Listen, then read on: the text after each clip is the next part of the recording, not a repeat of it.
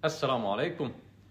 U životu u svemu posebno je važan nijet, namjera, ispravna odluka. Odluka je temelj svakog ibadeta jer daje smisao i vrijednost djelima. Djelo bez iskrene namjere nema potpunu duhovnu težinu, čak i ako je spolja ispravno učinjeno.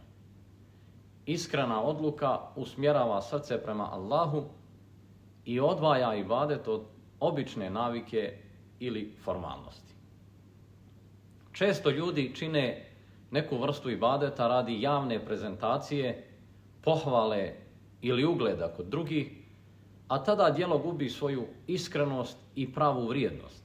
Zato je važno prije svakog ibadeta zastati, preispitati svoju namjeru i učiniti to djelo isključivo radi Allahovog zadovoljstva, jer se djela vrijednuju prema namjerama.